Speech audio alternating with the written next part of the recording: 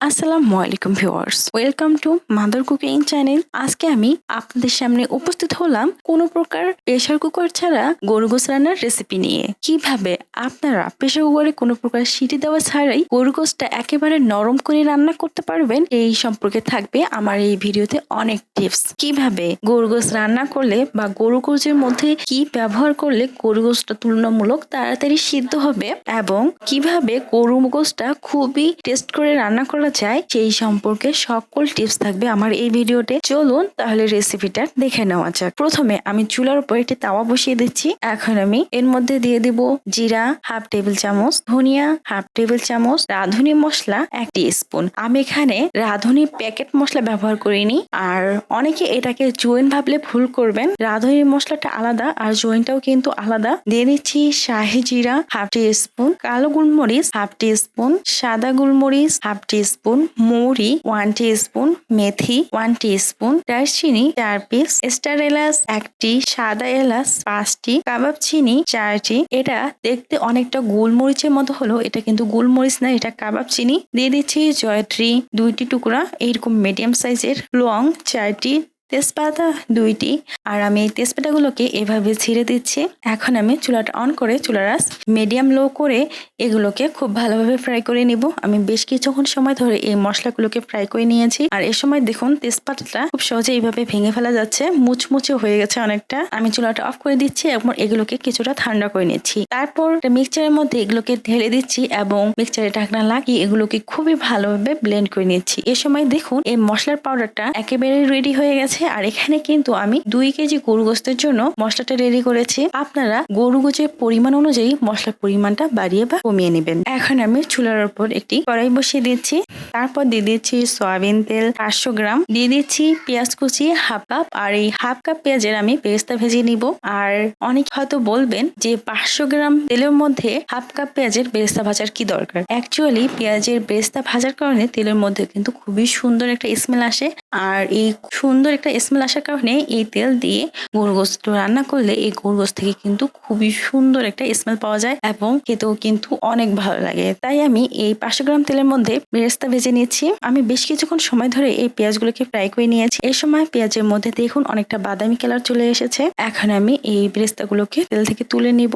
এখন আমি চুলার আঁচটা একেবারে লো করে দিচ্ছি। কড়াইয়ের মধ্যে দিয়ে দিব দারচিনি 2টি টুকরা, কালো এলাচ 1টি, সাদা এলাচ 3টি। আর এই এলাচগুলোকে আমি একটু ফাটিয়ে দিয়েছি যাতে এর ভিতর থেকে এর স্মেলটা খুবই ভালোভাবে বের হতে পারে। দিয়ে দিচ্ছি স্টার এলাচ, আমি এখানে একটি স্টার এলাচের অর্ধেকটা দিয়ে দিচ্ছি। দিয়ে দিচ্ছি লং 3টি, তেজপাতা 2টি। তারপর আমি চুলার লো আঁচেই এই মশলাগুলোকে ফ্রাই করে নিব। মশলাগুলো যখন স্মেল ছাড়তে শুরু করবে তখনই আমি এর মধ্যে দিয়ে দিব হলুদের গুঁড়া 2 চা চামচ, মরিচের গুঁড়া 2 টেবিল চামচ। আর এ সময় কিন্তু চুলার আঁচটা একেবারে লো করে রাখতে হবে। চুলার লো আছে আমি এই তেলের মধ্যে এই হলুদের গুঁড়া, মরিচের গুঁড়া আর মশলাগুলোকে নাড়িয়ে দিচ্ছি। খুব বেশি সময় নাড়া যাবে না, তাহলে কিন্তু হলুদের গুঁড়া পুড়ে গিয়ে মাঝে গন্ধ বার হতে পারে। তা আমি একটু নাড়িয়ে দিয়েই সাথে সাথে গরু গোশটা দিয়ে দিব।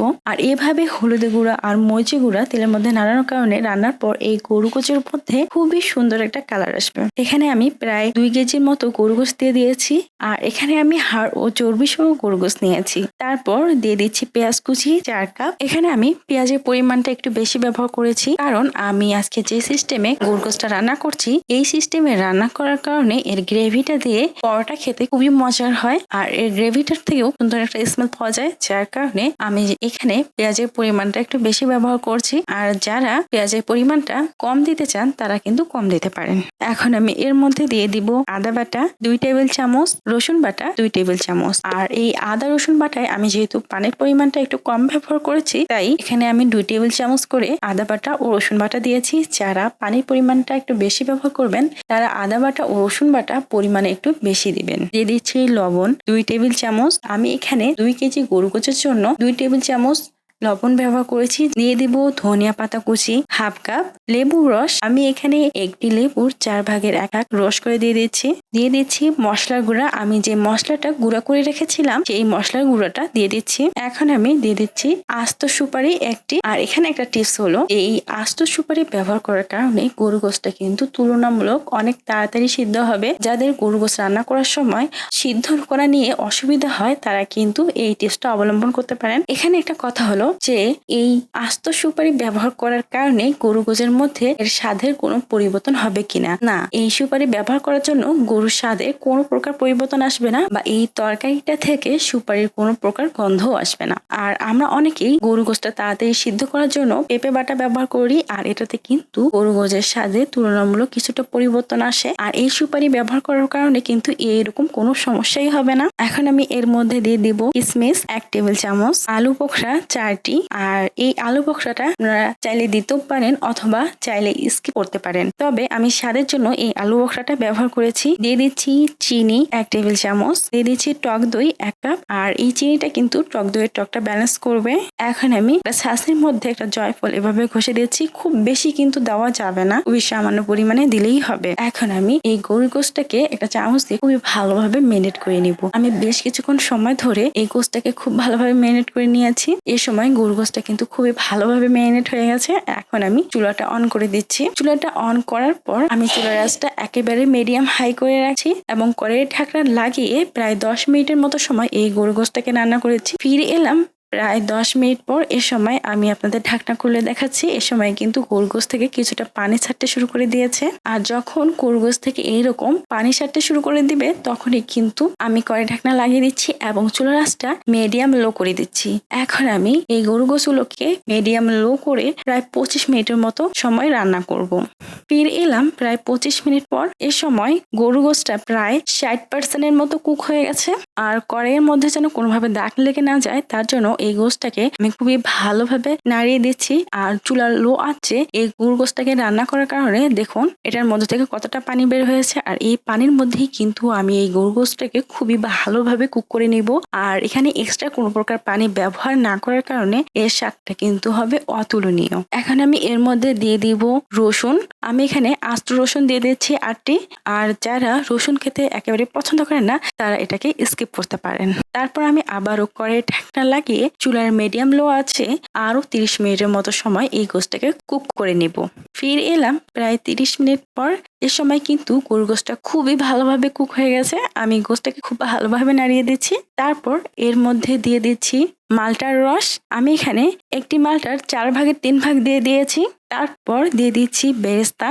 তারপর দিয়ে দিচ্ছি কাঁচা মরিচ প্রায় 10 পিসের মতো। দিয়ে দিচ্ছি ঘি 3 টেবিল চামচ। আর এই সময় ঘি ব্যবহার করার কারণে গরু গোশের গ্রেভিটা থেকে কিন্তু খুবই সুন্দর একটা স্মেল পাওয়া যাবে। এখন আমি এগুলোকে অনবরত কষিয়ে কষিয়ে রান্না করব। আমি প্রায় 10 থেকে 12 মিনিটের মতো সময় এগুলোকে কষিয়ে কষিয়ে রান্না করেছি। এই সময় এর গ্রেভিটা কিন্তু অনেকটাই শুকিয়ে গেছে এবং গরু গোশের উপর এইরকম তেল ভেসে উঠেছে। এ সময় কিন্তু আমার রান্নাটা একেবারে রেডি হয়ে গেছে। তাই আমি চুলাটা একেবারে অফ করে দিচ্ছি। তৈরি হয়ে গেছে এক অনন্য সাথে গরু গোশ ভুনার রেসিপি। দেখুন আমার এই গরু গোশটা কতটাই নরম হয়েছে যে হাত দিয়ে ছিঁড়ে ফেলা যাচ্ছে। কোনো প্রকার প্রেসার কুকার ছাড়া এইরকম নরম করে যে গরু গোশ রান্না করা যায় সেটা কিন্তু অনেকেই জানে না। সেটা আজকে আমি আপনাদের সাথে শেয়ার করলাম। প্রিয় দর্শক, এই ছিল আমাদের আজকের রেসিপি।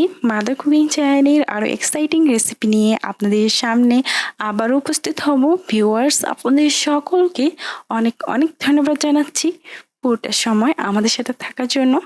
আমি উইশ করব আপনারা সবাই ভালো থাকবেন, সুস্থ থাকবেন এবং মাদার কুকিং চ্যানেলের সাথে থাকবেন।